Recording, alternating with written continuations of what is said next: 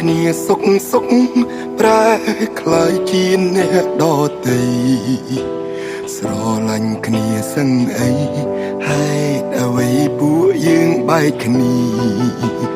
អ្នកណាថាមិនស្ដាយខំចំណាយអស់ពេលវេលា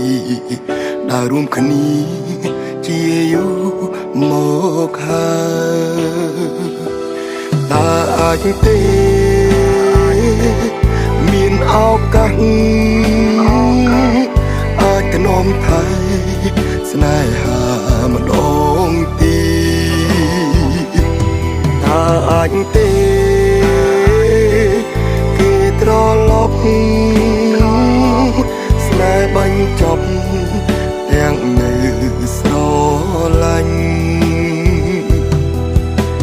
សុំតែអ្នកចង់ឈ្នះមានអ្នកគ្មានអ្នកចង់ចាញ់ទីបញ្ចប់យើងត្រូវបែកគ្នា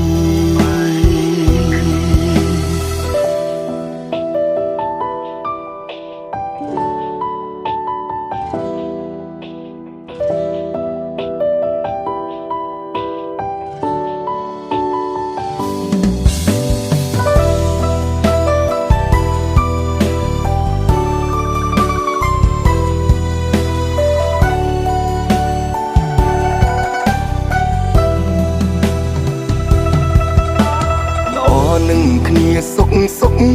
ប្រែคล้ายជាអ្នកដទៃស្រឡាញ់គ្នាសឹងអីហេតុអ្វីពួកយើងបែកគ្នាអ្នកណាថាមិនស្ដាយខំចំណាយអស់ពេលវេលាដើររួមគ្នាជាយូរមកហើយតើអាចទេមានឱកាស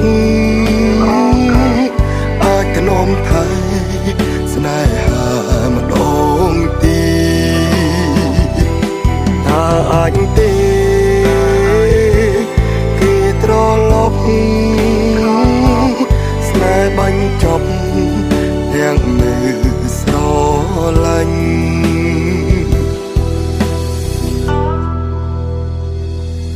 តើអាចទេមានឱកាសអាចទៅនាំថៃស្នេហាម្ដងទៀ